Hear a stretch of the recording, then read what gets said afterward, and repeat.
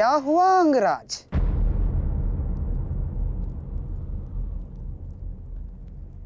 सूर्यदेव से आप ये प्रार्थना तो नहीं कर रहे हैं कि वो उदित ही ना हो? अर्जुन को दिया वचन आपको पूर्ण करना होगा अंगराज। सूर्यास्त का बहाना बनाकर कहीं आज भी शत्रु को जीवित छोड़ देने का मन तो नहीं बना लिया आपने?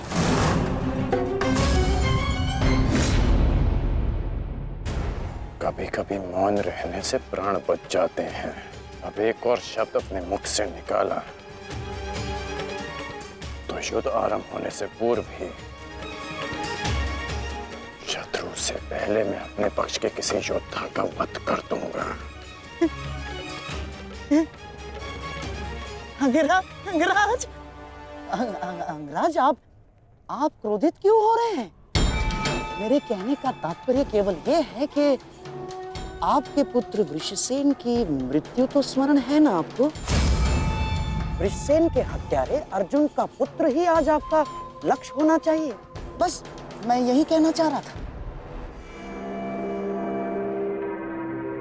कर्ण को स्मरण है मामा श्री।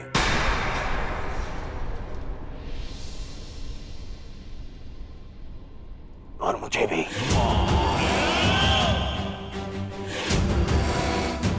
आज हम वृषसेन की मृत्यु और मेरे अपमान का प्रतिकार दोनों लेंगे। मैं केवल इतना जानना चाहता हूं कि इस प्रतिकार से पूर्व उस कौटे अर्जुन को मार्ग से हटाने का क्या प्रबंध करना चाहिए? उसका प्रबंध मैं कर चुका हूं मेरे होने वाले सम्राट।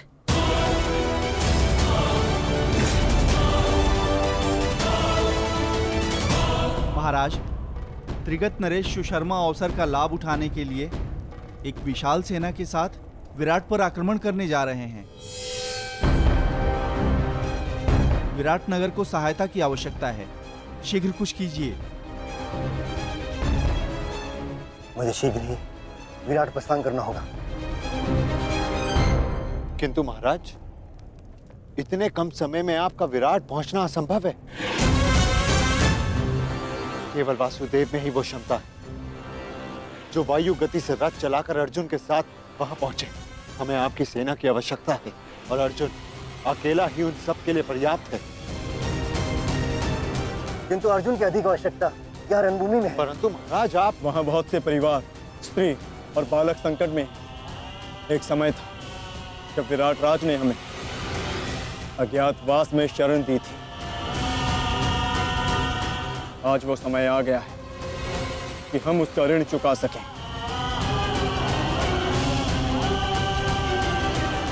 और फिर अभिमन्यु भी तो यहाँ है। मुझे इस पे पूर्ण विश्वास है। और मैं आपको विश्वास दिलाता हूँ पिताश्री कि युद्ध भूमि में आपकी कमी शत्रु को अनुभव नहीं होगी। जब आप सुशर्मा का नाश करेंगे तो आपके पुत्र की शौर्य की कीर्ति आपका स्वागत करेगी। चलिए माता, विराट की ओर प्रस्थान करें। जैसी रथी की इच्छा और जैसी महारथी की आकांक्षा।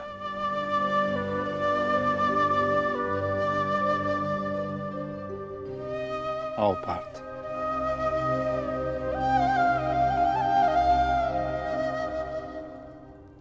बधाई हो मेरे होने वाले सम्राट।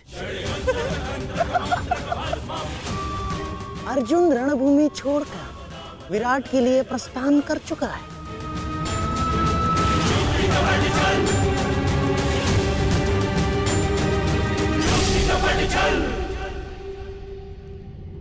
आचार्य द्रोण, समय आ चुका है। हमारी सेना को अपनी योजना अनुसार सज्ज कीजिए। किस प्रकार चक्की का पत्थर एक ही चक्कर में अन्न के दानों को पीस देता है, उसी प्रकार हमारी यह सेना शत्रु सेना को एक ही चक्कर में पीस देगी युवराज। और अपनी सेना के नाश को रोकने के लिए आएगा वो हो महावीर, अभिमन्यु, और वहां हम उसके प्राण फाड़ लेंगे, जिसने मुझे अपने बाणों के चक्र में फंसाया था। आज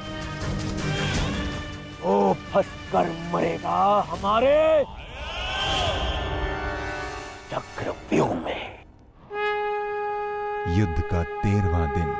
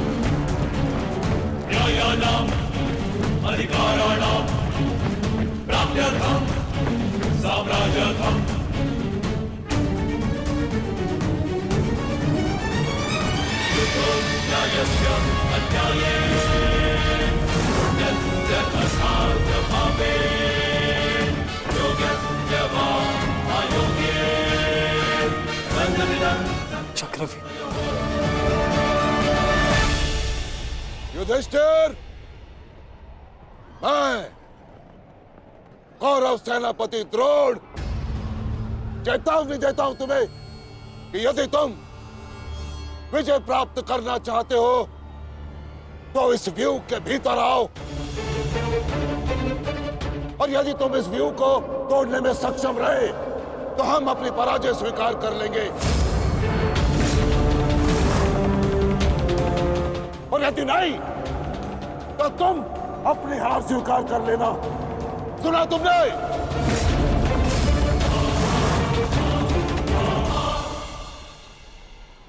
आचार्य द्रोण, हम अवश्य ही इस चक्रव्यूह को ध्वंस कर देंगे।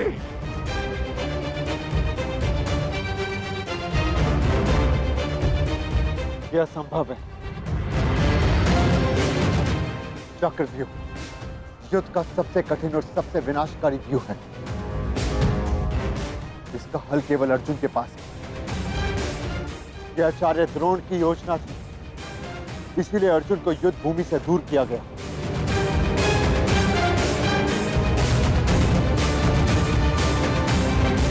कोई तो मार्ग होगा।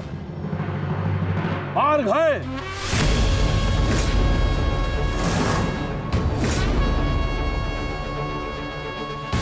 मैंने भी उसी आचार्य भारद्वाज से चक्रव्यूह भेदन सीखा है, जिस आचार्य भारद्वाज से उस द्रोण ने चक्रव्यूह की रचना सीखी।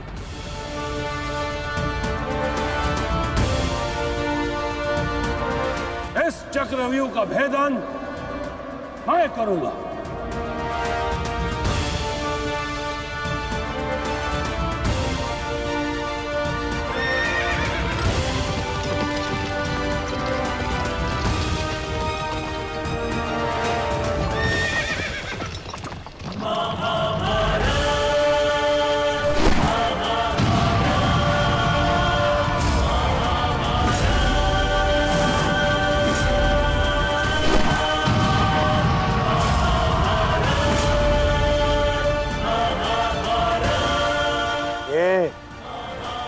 क्या है आचार्य?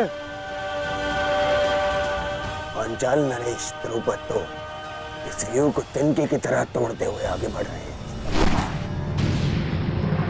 भूल गया मेघराज कि मैंने और इसी द्रुपद ने मेरे पिताश्री के आश्रम में इस चक्रव्यूह का अभ्यास किया था।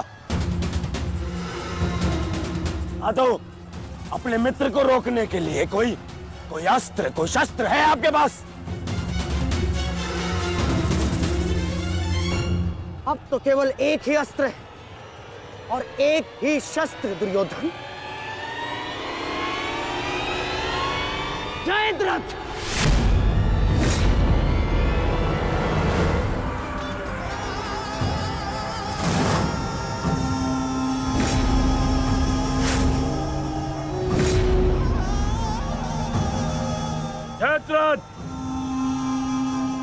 कदाचित द्रौपदी के पतियों द्वारा किया गया अपमान भूल गए हो तुम।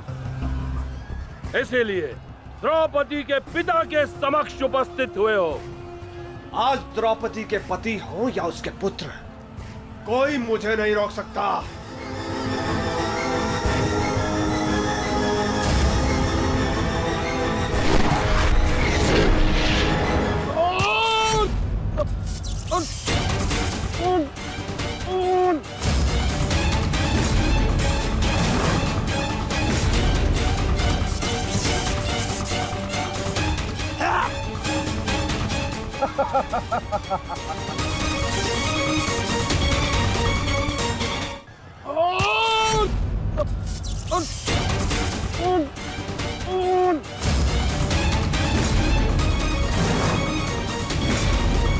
आगे बढ़ो पांडवों, अन्यथा अपनी सेना का विनाश देखो।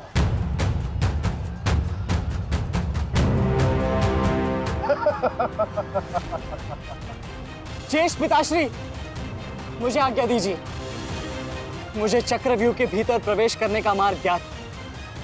मैंने पिताश्री से सुना था कि ये मैं कर सकता हूं। नहीं अभिमन्यु, मैं तुम्हें इसकी अनुमति नहीं दे सकता। धर्मराज ठीक कह रहे हैं। आचार्य ने कुछ सोच समझकर ही इस व्यूह की रचना की है। अब इसे शक्ति का सम्मिलित प्रहार ही तोड़ सकता है। मैं और भीम मिलकर प्रहार करेंगे।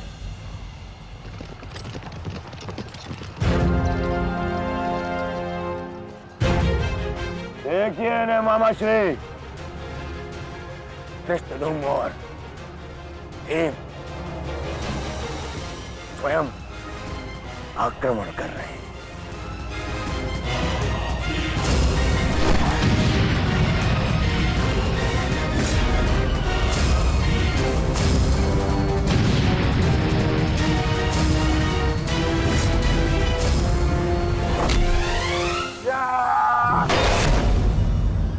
आज इनके हर एक प्रहार का उत्तर है जयद्रथ।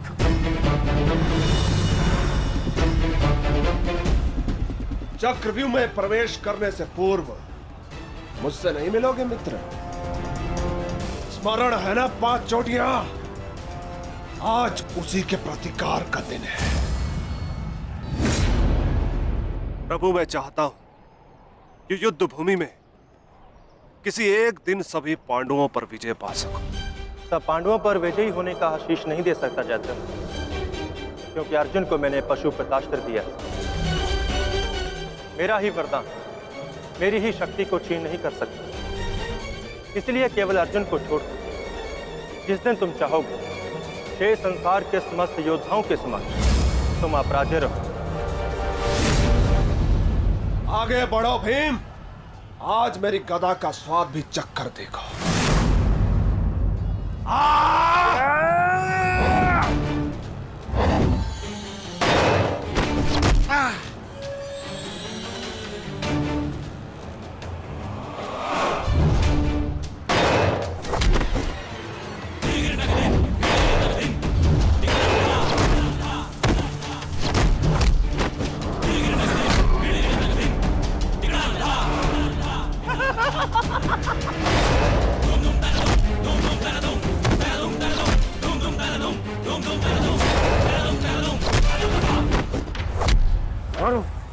मारो से।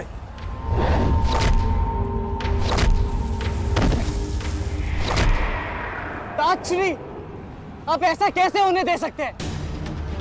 ताजश्री भीम और मामा धृष्टद्युम्न में शक्ति है, परंतु चक्रव्यूह को शक्ति से नहीं युक्ति से तोड़ा जा सकता है।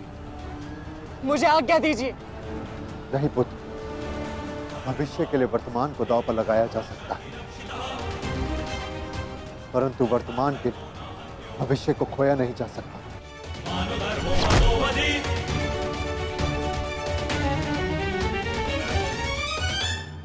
ताजश्री भीम और मामा धृष्टद्युम्न में शक्ति है, परंतु चक्रव्यूह को शक्ति से नहीं युक्ति से तोड़ा जा सकता है।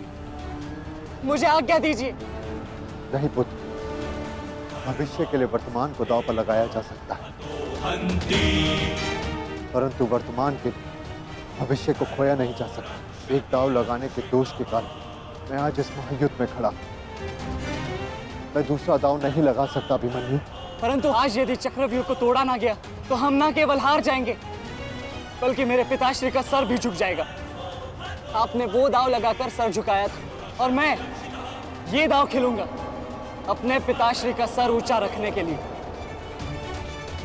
मैंने उन्हें वचन दिया था कि युद्ध भूमि में शत्रु को उनकी कमी अनुभव नहीं होगी और मुझे शत्रुओं को वीर अर्जुन के रक्त का तेज दिखाना है।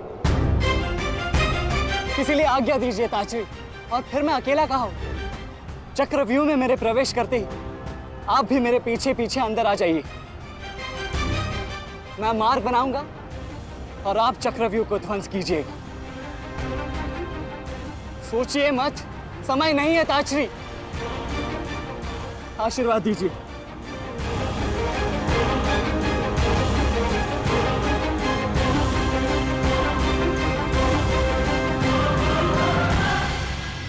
ठीक है पुत्र, किंतु सतर्क रहना। हम तुम्हारे पीछे ही रहेंगे। आगे बढ़ो।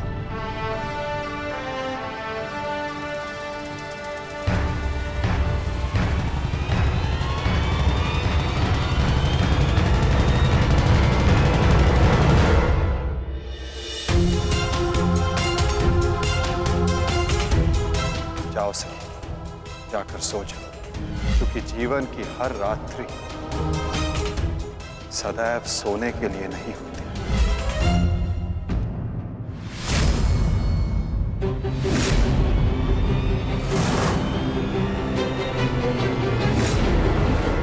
मेरी सुरक्षा के लिए माता यज्ञसेनी का आशीर्वाद है मेरे साथ, और जब तक ये मेरे साथ है मुझे कुछ नहीं हो सकता।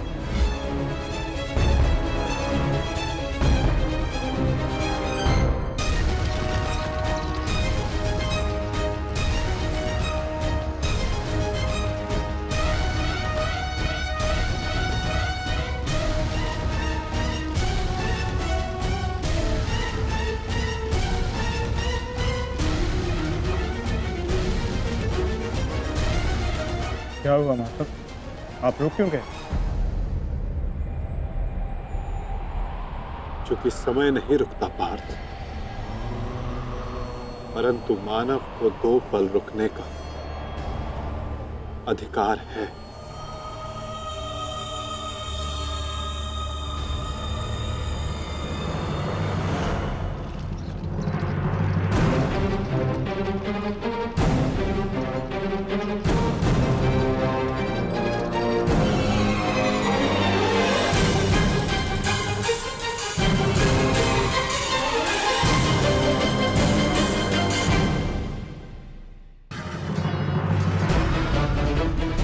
सारथी, आगे बढ़ो।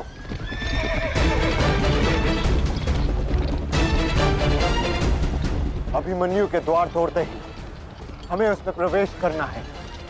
अभिमन्यु को दृष्टि में रखना, उसकी रक्षा करना हमारा कर्तव्य है।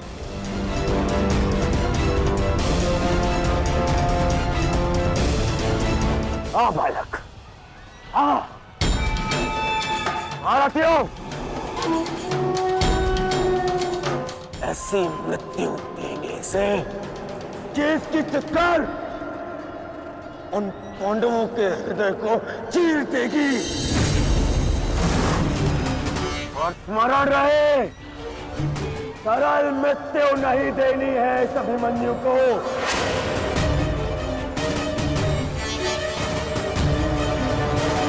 नहीं देनी है ऐसे सरल मृत्यु।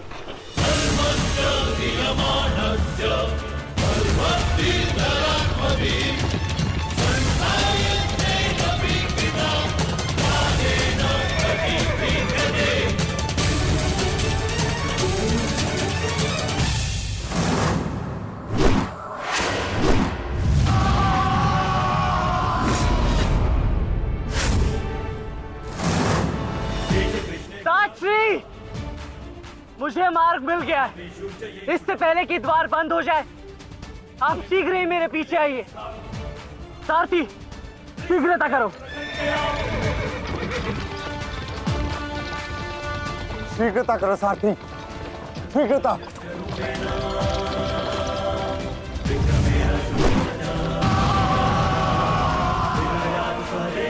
उत्तम अभिमन्यु, उत्तम।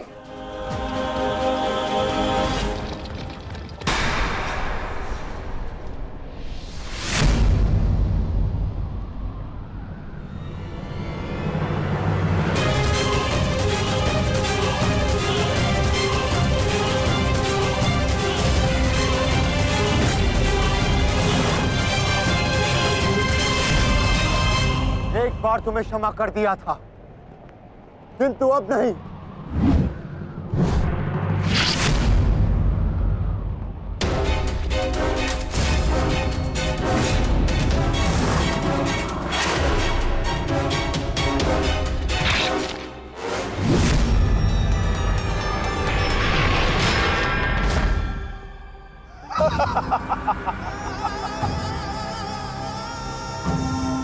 एक बार अपमानित हो चुका हूं, इस बार तुम्हारी बारी है पांडवों।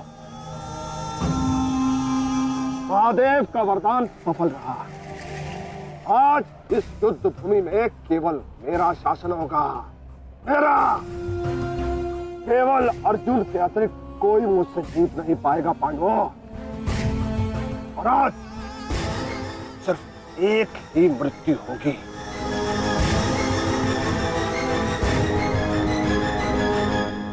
अभिमन्यु की।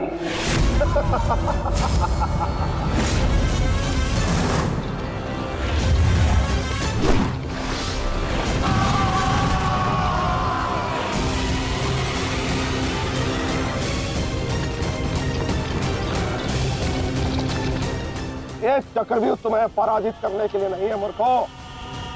ये तो उस अपमान का प्रतिकार था जो कल अभिमन्यु ने युवराज दुर्योधन के साथ किया था।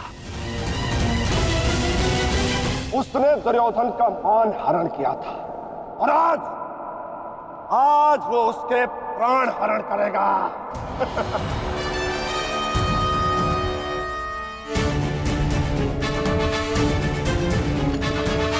अभिमन्यु, लौट आओ, ये षड्यंत्र है। न्यायानाम अधिकाराणाम साम्राज्यर्थम साम्राज्यर्थम न्यायानाम अधिकाराणाम प्राप्त्यर्थम साम्राज्यर्थम। व्यू के भीतर प्रवेश करना जितना चुनौतीपूर्ण है, उतना ही चुनौतीपूर्ण उससे बाहर निकलना भी है। और यदि बाहर निकलने का मार्ग मनुष्य को नहीं पता, तो उस मनुष्य का अंत निश्चित है।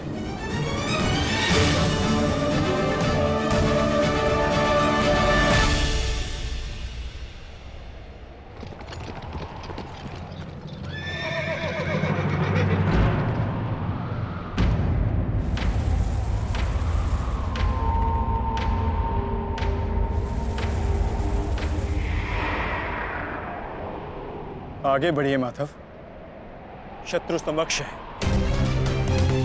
आपात, ठीक कहा तुमने। एक योद्धा के लिए आगे बढ़ने के अतिरिक्त और कोई मार्ग नहीं। वापस आओ अभिमन्यु, लौट आओ, व्यू में प्रवेश मत करो।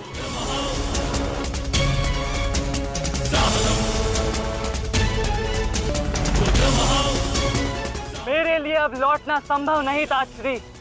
यदि हमने इस चक्रव्यूह को नहीं तोड़ा तो हम ये युद्ध हार जाएंगे, और मेरे रहते ये संभव नहीं। समझने का प्रयत्न करो पुत्र, ये सब तुम्हें घेर कर तुम्हारे प्राण लेना चाहते हैं। लौट आओ अभिमन्यु, लौट आओ। एक योद्धा मृत्यु के भय से पीछे नहीं हटता था श्री। वो आगे बढ़कर मृत्यु का वरण करता है, और आज मृत्यु को भी अर्जुन पुत्र के बाणों का तेज सहना होगा।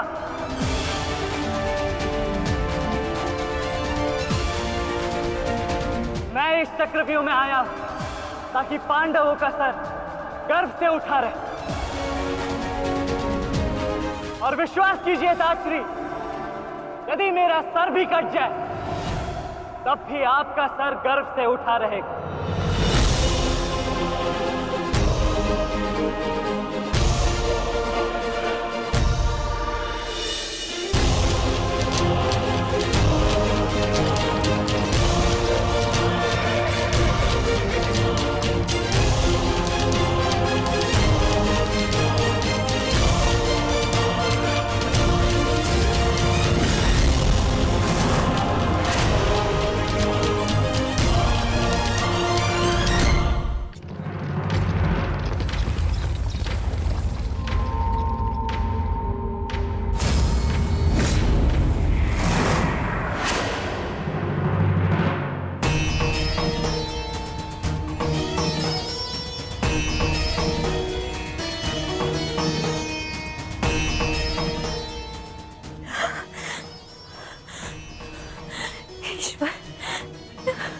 ईश्वर मेरे पुत्र की रक्षा करना।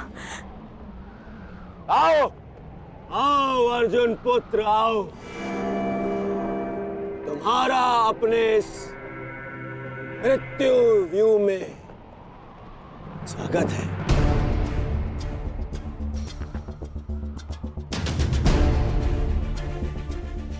एक वीर योद्धा से सुना था मैं, हे मृत्यु तैयार यदि तू आने को, प्रसन्न मुखा द्वार खुला है तेरा स्वागत, प्रसन्न मुखा।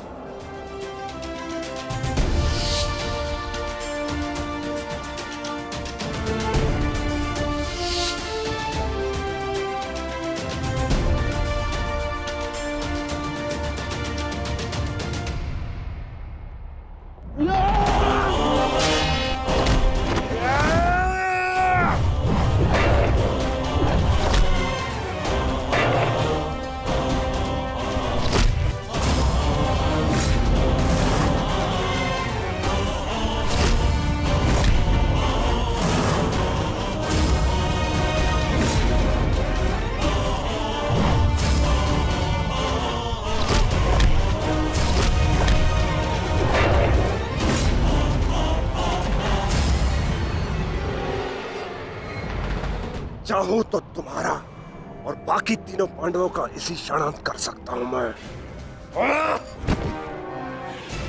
किंतु उसके साथ उस पीड़ा का भी तो अंत हो जाएगा जो अभिमन्यु को पल पल मरते देख तुम्हें होगी। फिर उस पीड़ा का अनुभव कैसे होगा तुम्हें जो जयद्रथ ने इतने वर्षों तक सही है। अभी तो वो दृश्य देखना शेष है जिसे देखकर तुम स्वयं मुझसे अपनी मृत्यु की भीख मांगोगे। तुम्हारे सामने तुम्हारे कलेजे के टुकड़े टुकड़े होंगे और तुम कुछ नहीं कर पाओगे, कुछ नहीं। क्या हुआ? इतने महारथी को देख के भयभीत हो गए? क्यों? नहीं काका श्री, अभी तो ये तो सम्मान की बात है कि एक साथ इतने सारे योद्धा मुझसे द्वंद्व करने की प्रतीक्षा कर रहे हैं। अच्छा, सच में महान धनुर्धर अर्जुन के पुत्र और महानतम योद्धा वासुदेव कृष्ण के भांजे का स्वागत ऐसा ही होना चाहिए। प्रणाम स्वीकार करे आदरणीयों।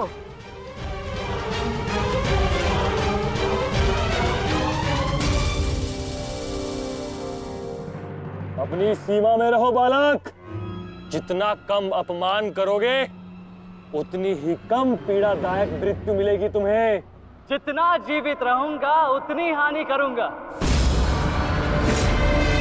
क्योंकि मेरी श्वास ही मेरा अस्त्र है और जब तक मेरी श्वास चलेगी तब तक यमदेव तांडव करेंगे।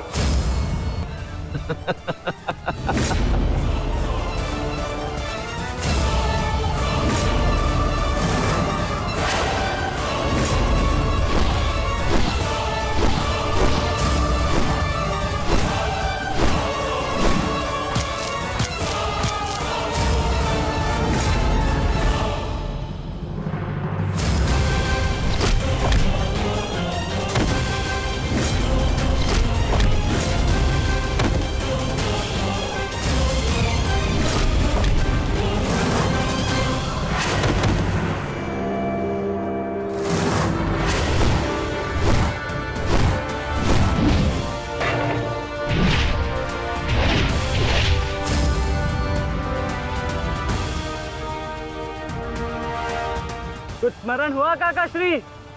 कहा था ना मैंने कि जब जब आपसे द्वंद करूंगा तब तब आपके वस्त्र हरण करूंगा, और तब तब आपके मुख पर इस लज्जा को देख अपने मन में जल रही प्रतिशोध की ज्वाला को शीतलता प्रदान करूंगा।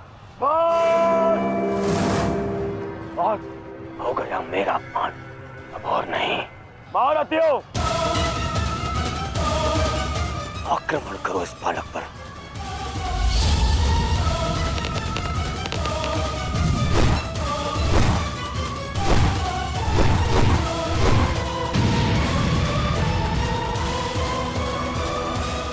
एक क्या रहे, अपने धर्म का पालन कीजिए, मेरा प्रतिशोध लीजिए, आक्रमण कीजिए आचार्य।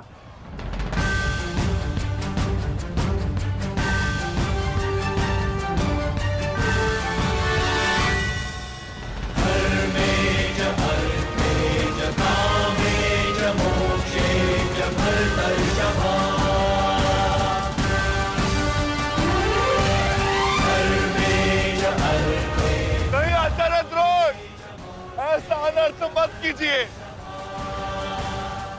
ऐसे अधर्म में आप कैसे सम्मिलित हो सकते हो? आचार्य, वो बालक है। रुक जाइए आचार्य, रुक जाइए।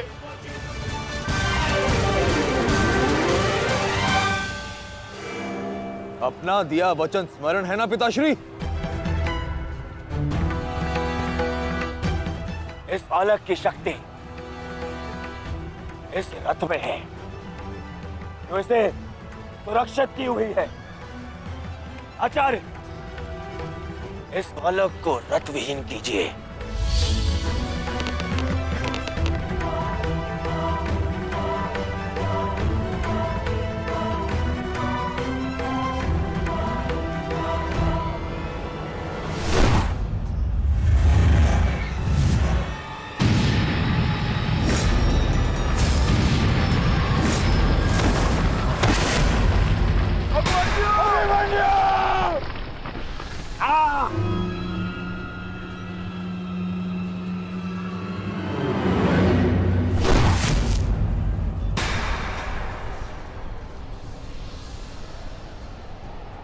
माधव, मुझे कई बार चोट लगी, परंतु इस चोट की पीड़ा का भान मेरे मन को विचलित कर रहा है। कहीं ये कोई संकेत तो नहीं?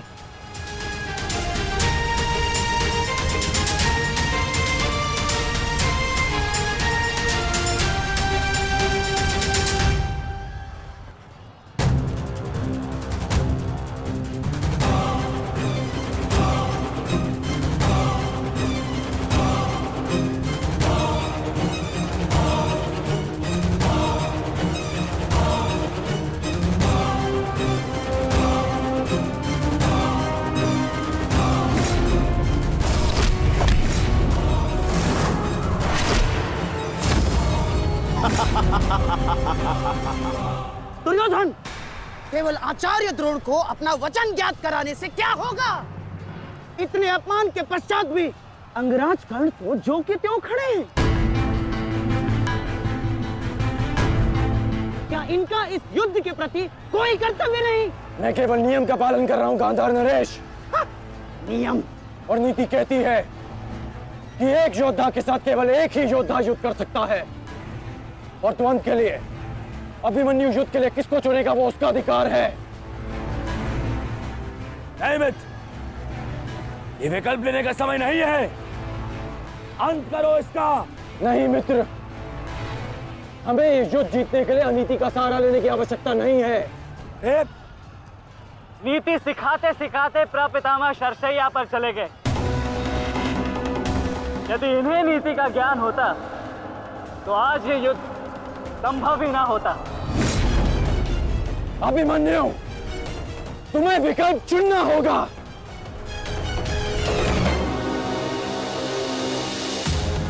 तो फिर मैं आप सबको वन के लिए चुनता हूं।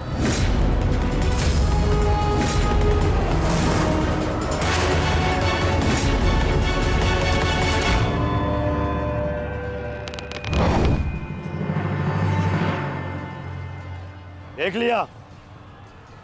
लिया इसने अपना विकल्प चुन लिया। अब इस पर दया दिखाने की कोई आवश्यकता नहीं है। अब आक्रमण करने की आवश्यकता है। आक्रमण करो और अपना वचन स्मरण रखो कर्ण। देख रहे हो पांडवों, अभी तो ये रथ विहीन हुआ है,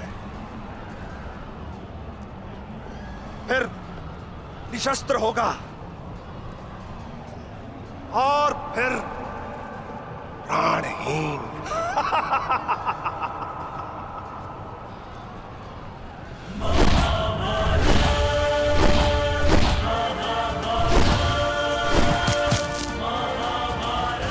ये क्या कर रहे हो? धनुष विहीन करो इसे।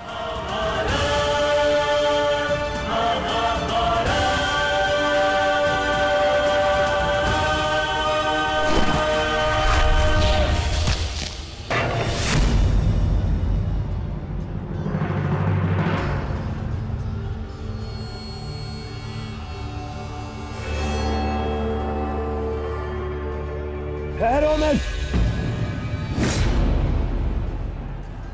स्मरण रहे, इससे इतनी सरल मृत्यु नहीं देनी है। सूर्यास्त होने तक इसकी श्वास इससे अलग नहीं होनी चाहिए। अबे इसमें बहुत पीड़ा सहनी शेष है। मित्र, ये एक योद्धा है, इसे योद्धा की मृत्यु दो। अरे योद्धा नहीं है ये, उन भगोड़े पांडवों का मेला रक्त है। इसे बहना होगा। मित्र जागो, जागो मित्र, प्रहार करो।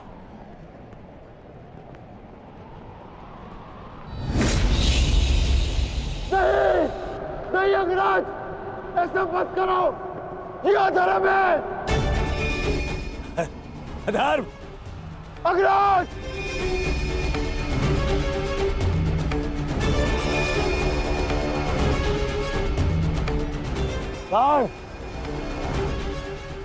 स्मरण करो, स्मरण करो कैसे इन पांडवों ने तुम्हारे पुत्र को मारा था। दया तो इन्होंने भी नहीं दिखाई थी उस पर। उसकी पीड़ा का मान है मुझे। और प्रहार करो, प्रहार करो उस पर।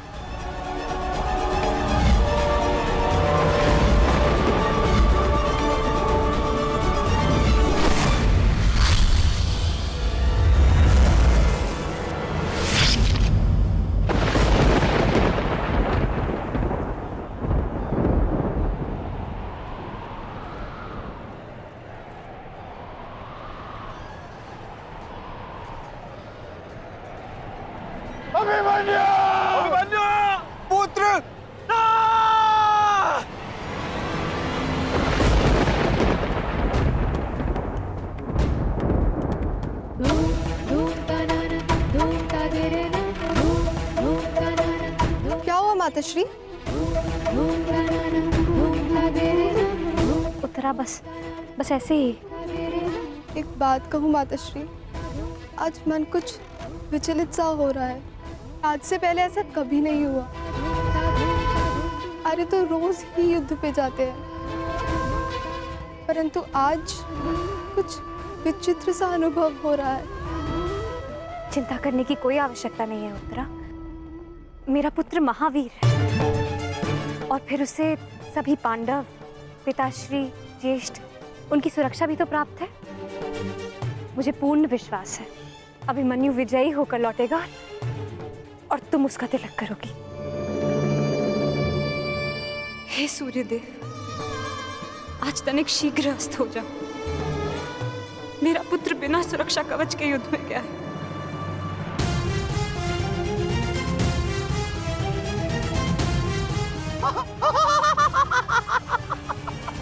बालक, तुम्हें सबके साथ युद्ध करना था ना? करो, रहा है?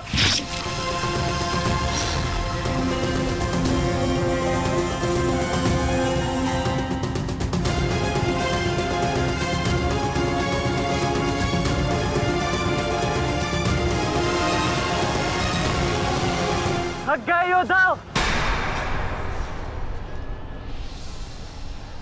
मेरी चुनौती अभी समाप्त नहीं हुई।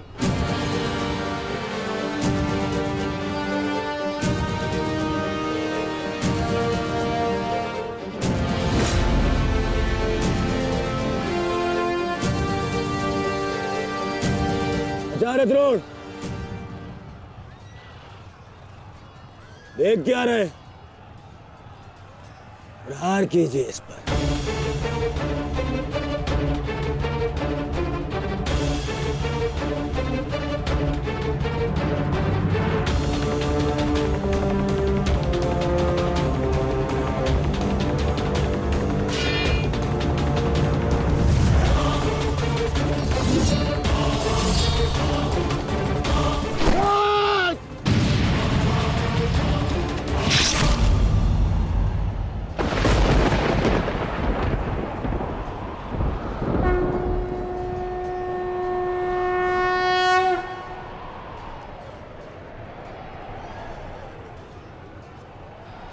आप ठीक है ना माधव?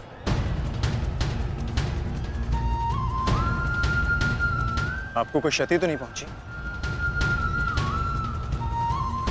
युद्ध में तो क्षति पहुंचती ही है पार्थ, किंतु इस पीड़ा को सहना एक योद्धा का कर्म और धर्म होता है। समय की मार को तो स्वयं ईश्वर भी नहीं टाल सकते। त्रिगर्ता सेना का नाश करो पार्थ।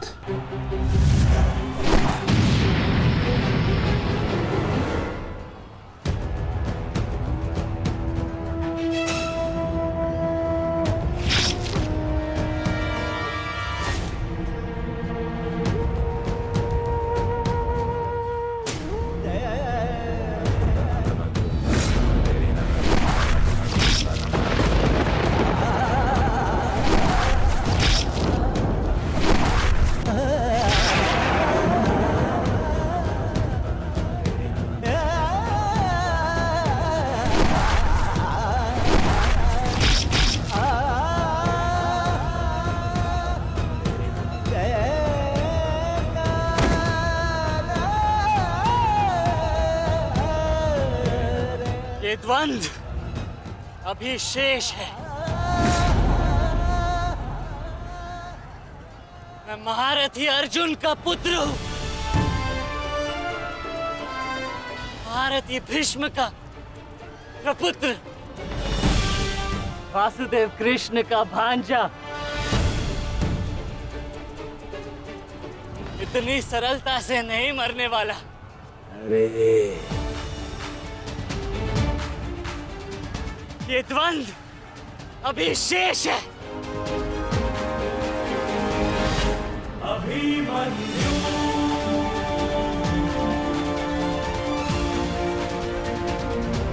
अभिमन्यु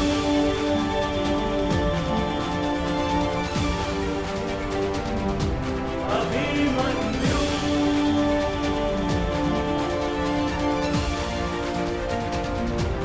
अभिमन्यु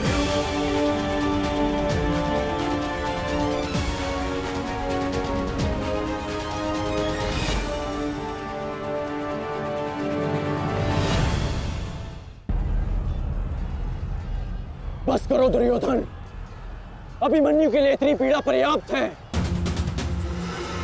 देखो इसकी दशा। अब अभिमन्यु और उसकी पीड़ा का अंत करने का समय आ गया है। नहीं, मेरे अपमान के घाव अभी भरे नहीं है। केवल मेरे आदेश का पालन करो। अभी इसकी मृत्यु का समय नहीं आया है। जीवित रखो इसे, पर प्रहार करो।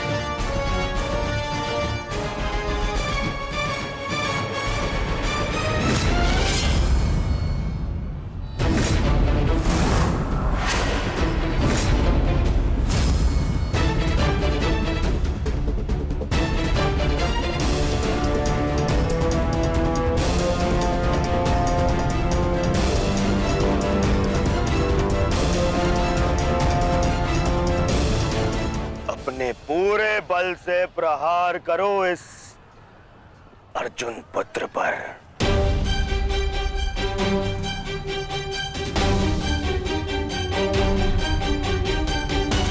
और स्मरण रहे,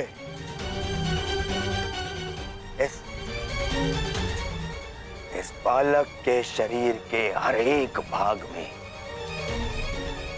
घाव देखना चाहता हूं मैं।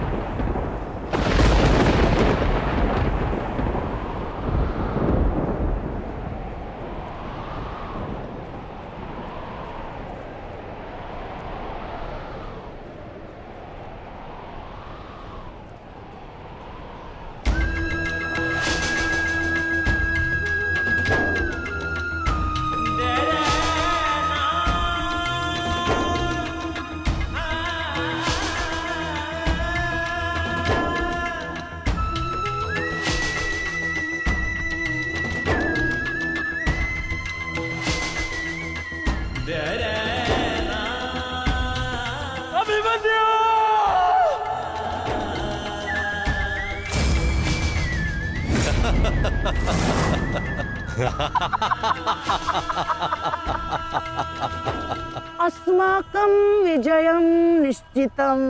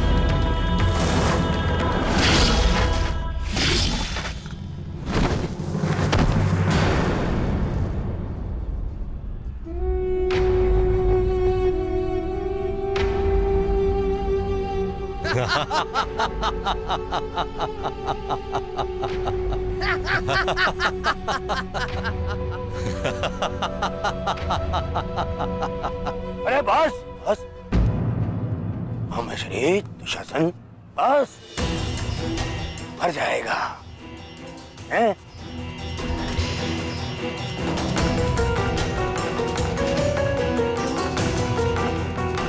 क्यों? इस बात की प्रतीक्षा है? इतना पर्याप्त नहीं?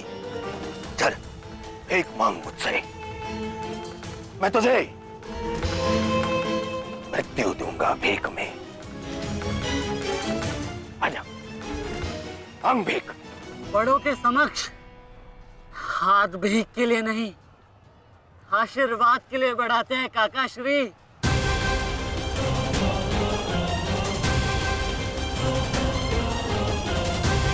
आशीर्वाद दीजिए।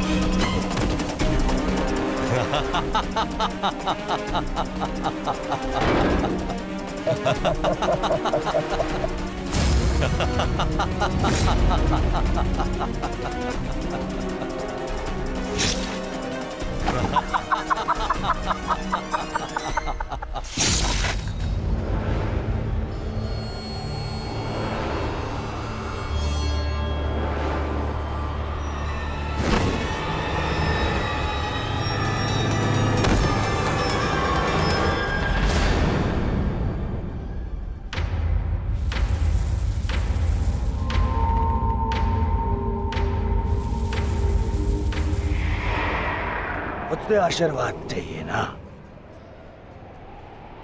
तो ठीक है।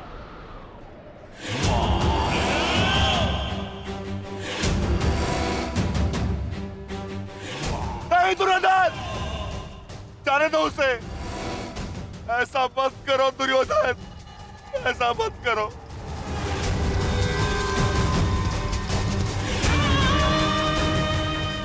चाहिए तो उसके स्थान पर इस रिकोदर भीम के प्राण हर लो, पर मेरे पुत्र अभिमन्यु को जाने दो। क्यों? मेरी पीड़ा भूल गए? तुमने दिखाई थी दया मेरे भ्राताओं पर, किंतु मैं तुम पांडवों के भांति निर्दयी नहीं हूं।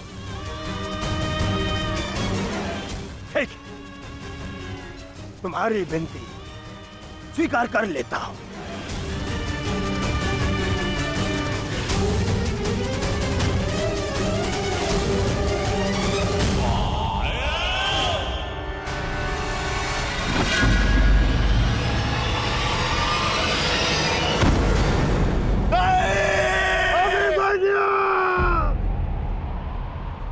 आओ, आओ मुझसे भीख मांगो।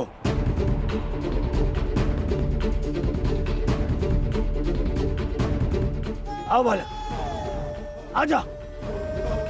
आ मैं तुझे मृत्यु भीख में देता हूं। आओ भीख मांग, आजा। हाँ,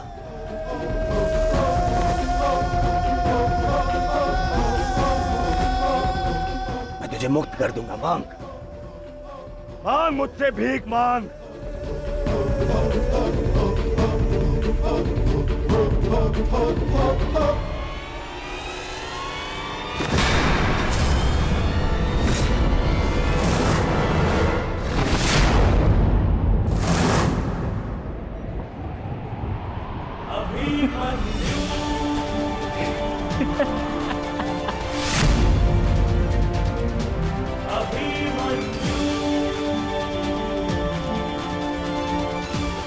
कहा था ना मैंने काकाश्री, जब जब मिलूंगा वस्त्रहरण करूंगा।